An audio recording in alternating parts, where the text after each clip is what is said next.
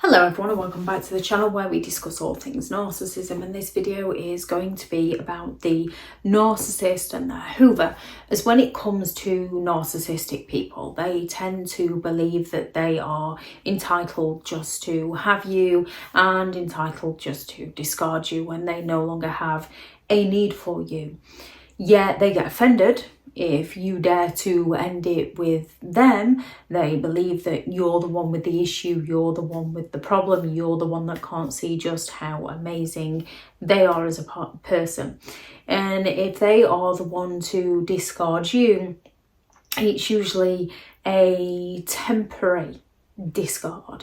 They are usually just putting you to one side while they get their needs met elsewhere. And when their needs aren't getting met elsewhere, or when they see you doing better without them, they return to suck you back into their games. And they don't have any shame in this because they tend to believe that they weren't the problem. They didn't cause the issue.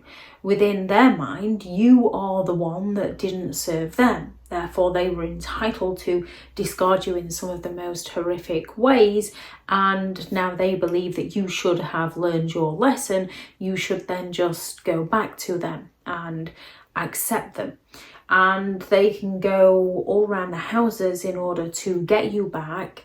However, you'll often notice with the narcissistic person, they genuinely believe that you were at fault, because once they've got you back, they seek to punish you for making them work harder to get you back, even though they did something to you in the first place, or they discarded you in the first place. A bit like Jennifer Freyd's Darvo, a narcissistic person will deny all knowledge, and then they will go on the attack, and then they will reverse the role of the victim and the offender. So when it comes to narcissistic people, they genuinely believe that they are the victim to the reality that they created. They genuinely believe that you're the one that's causing all the issues, and that you should be grateful and you should be thankful that they're coming back to rescue you and they're willing to take you back. So when it comes to a narcissist and their Hoover, they could just be bored. The new supply might not be working out quite as they had hoped. They can remember something that you provided for them and want that back again, or they can see you doing well, so they want to come back and either go along for the ride with you or take it away from you, or they can want you back just so that they can be the one that discarded you. If you've ended it with them, they can try to suck you back into their game so that they can be the one that's discarded you. There's many reasons why a narcissistic person might come back. There are also those narcissistic people that will be adamant enough that everything is your fault and will not come back to you under any circumstances. There is those narcissistic people who believe you have enough evidence to expose them, so they rewrite it in their own mind as to why you don't deserve them, and they continue to avoid you. So not all narcissistic people that Hoover, not all narcissistic people will Hoover, and those who do use many different manipulation tactics, and one of those is just sending you a message out of the blue.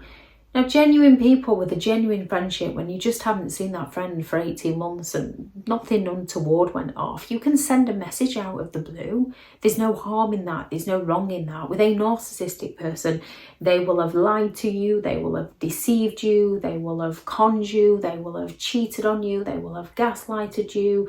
They will have psychologically hurt you. They will have emotionally and financially drained you, any number of things. They will have done something to you, and then when they've not got their needs met, they'll walk out on you.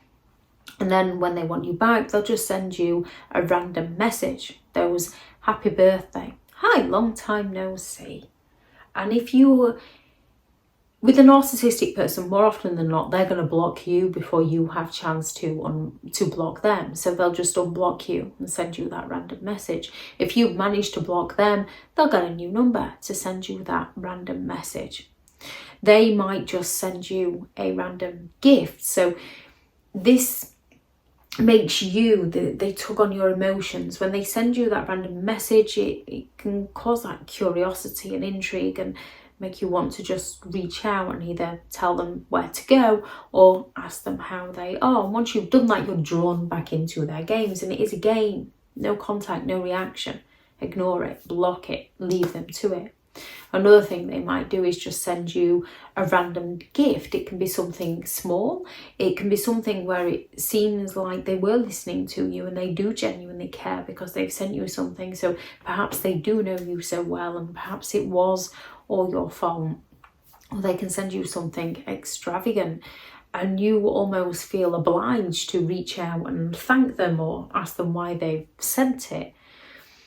And then they've got you back into the conversation. They've got that attention that they're looking for from you. So when it comes to the gift, the best thing you can do is either return it to sender or just completely ignore them. Don't fall for their games.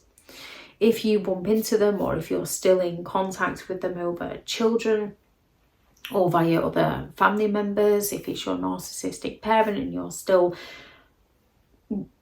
have a relationship with your siblings, or your narcissistic sibling and you still have a relationship with your parents and you bump into them, they might start turning around and claiming how much they've missed you and how much they've missed the things that you did together and how much they love you and how much they care for you.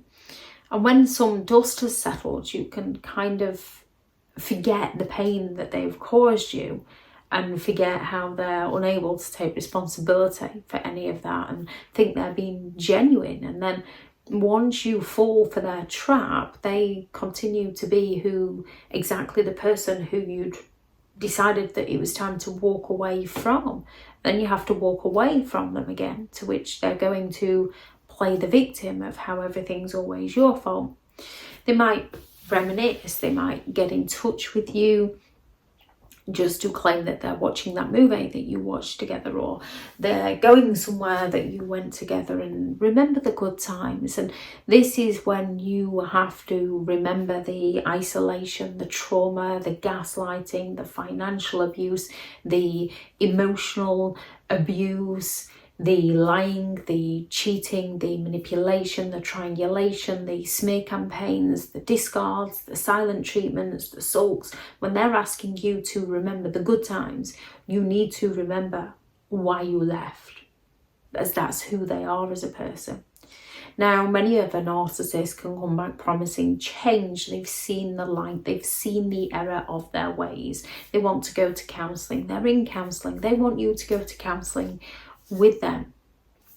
Change is on them. If they want to change, let them go change. However, they're not going to change into the person they sold themselves to be, as more often than not they lied to you by mirroring you and future faking with you and sold you a version of yourself that you approve of, so that you believed you'd work together and get the same things together. So even if they were to go and change, they're not going to change into the person they sold themselves to be. Change is on them. You'll often find with a narcissistic person, this is just a ploy to suck you back in, and they change temporarily to meet a need of their own, to lie to you, to gaslight you, to suck you back in. And once they've got you where they want you, they go all out to punish you for making them work harder to get you back. They might just use that accidental contact. You get a sudden call from a number you don't know and you answer it, and you might not hear anything down the other end of the phone. However, it's them, and you know it's them, but you can't call it out on being them because you don't have facts or evidence that it's them. Or they might just send you that random message and, oops, sorry, that wasn't for you, in order to get you to message them back. Don't do it. That's what they want. They're looking for that attention. The less attention you give them, the further they will walk from you, because they're not getting their needs met by you. They can come at you with that false apology, and it is a false apology because they don't want to recognise what they've done. They don't want to take responsibility for their behaviour. They do not feel remorseful. They're not interested in repairing any damage. They are interested and avoiding consequences for their actions. And there's often that twist in a false apology where they still find a way to blame you. I'm sorry if you hadn't. I'm sorry, but if you didn't. I'm sorry if. They always find a way to scapegoat somebody else so they don't have to genuinely take responsibility for their behaviour. They're just looking to lure you back into their game so that they can exploit you all over again. Or they might come at you with that sudden crisis. They've suddenly got a terminal illness or a bad illness, or one of their family members has got a terminal illness, or they've been in an accident, or there's some sort of financial emergency and they really need your help. And you can feel bad for them, you can feel sorry for them, you can want to reach out and help and support them. This is when you have to stop and remember, would they be there for you if the tables were turned? Would they genuinely be there for you? Narcissistic people can be there for you to play the hero to everybody of how well they're looking after you. However, more often than not, if they're not gaining the attention they believe they're entitled to, they discard you when you need them the most. If you are no longer with them or around them, their crisis is not your responsibility. It's theirs, and it can be heartbreaking walking away from people that you genuinely care about just because they're toxic. However, you'll often find if you fall for their games, if you fall for their traps, there is no crisis, there is no illness, or the illness has been exaggerated in some way. They might get their friends and family to reach out to you to tell you how much the narcissist isn't coping without you, how miserable they are, how depressed they are. And this is tough because you don't want to come across as rude to their friends and family. You don't want to come across as ignorant or cold-hearted or mean or cruel. However, they've no idea how that narcissistic person has treated you. If they had, they wouldn't be messaging you. That's their friends, that's their family. Let them think whatever they want. They can figure it out on their own. Let them think that you're a terrible person, because if they think that you're a terrible person, they will go back to the narcissist and tell the narcissist just what horrible person you are. And the narcissist is then getting the attention that they require from their friends and family. When it comes to their smear campaign, leave them to it. Stay out of their games. They might message to let you know that they're moving and they'd like to see you one last time, have a bit of closure, have a chat. Whether they're moving or not, what they want is to just get you back into their zone, back into their life so that they can open up that communication with you. They're looking to take things further. They might even be looking to get you to move with them. So if you wanted to move somewhere and they promised this future with you, and then you've left them and you've worked on yourself and they're then moving to that place that you wanted to move to, it pulls on you. However, they're doing it to manipulate you, to exploit you, to get one over on you, to provoke those feelings of jealousy on you. If you want to move somewhere, move for you, not for other people, and not because other people can help you. They might beg and plead and claim that they've made the biggest mistake of their life and they will change, and it is going to pull on your heartstrings. However, they don't change, they just change the game so that they can further their exploitation of you. When that fails, they can start with the false accusations and the smear campaigns because they're looking for you to ask them to stop. They've got that communication open and they feel smug that they're playing that little game with you, that they are in control over your life. When a narcissist can no longer control you, they want to go all out to control other people's opinions of you. When it comes to narcissistic people, when they come for the Hoover, they can begin all sweetness and light and like they'd never do anything wrong and all vulnerable. They can come along with the guilt trips and the pity plays. They can act as though they are sorry. And when this doesn't work, they can start coming at you with their false accusations. They can claim that you're the one that hasn't moved on, that you're the one that will not let things go, that you're the one that's bitter and jealous and envious, to try and get you to defend yourself to them. That's what they want. You have to stop defending yourself to them and let them think whatever they want to think about you. What they think about you is none of your business. What you do with your life is your business. If they can't get you back, they're going to find a way to blame you and to shame you and to humiliate you and to tell you how the new supply is much better than you ever were. Well, good for that new supply. You're free to live your life. Narcissistic people go all out because they're seeking that attention, to gain that attention from you. And depending on the reaction they get from you, they can gauge how to respond to you in a manner to pull on those emotions within you, whether it's to get you to feel sorry for them or to get you to attack them via a message, so they can say, oh, you think they're really nice, look at how they've spoken to me, because they always miss out the part that they played in the story.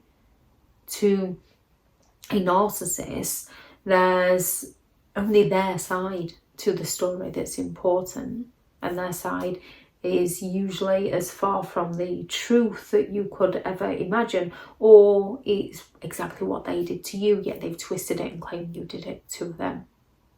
When it comes to dealing with narcissistic people, don't go no contact or limited contact and grey rock. Leave them to go and live their life and focus on what you want out of your life. If anyone has any Hoover manoeuvres they notice, please do add those into the comments. Thank you very much to all the returning subscribers and your continued support with the channel. It's greatly appreciated. If you are new to the channel, I'm Elizabeth Shaw. This channel is all about narcissistic behaviour, to give you more understanding of the people you might be dealing with within your life, how to handle yourself around those people if you cannot go no contact, and different methods to find what works for you to help you understand and overcome narcissistic and emotional abuse. If you do find the information helpful on the channel, please do subscribe. If you are looking for further help and support in understanding and overcoming narcissistic and emotional abuse, I do have several online guides available, and those teachable links are in the video description. If you're looking for someone to speak to, I have partnered with BetterHelp, and their sponsored link is also in the video description. Go out there and create the day that you deserve, because you do deserve to have an amazing day. Bye.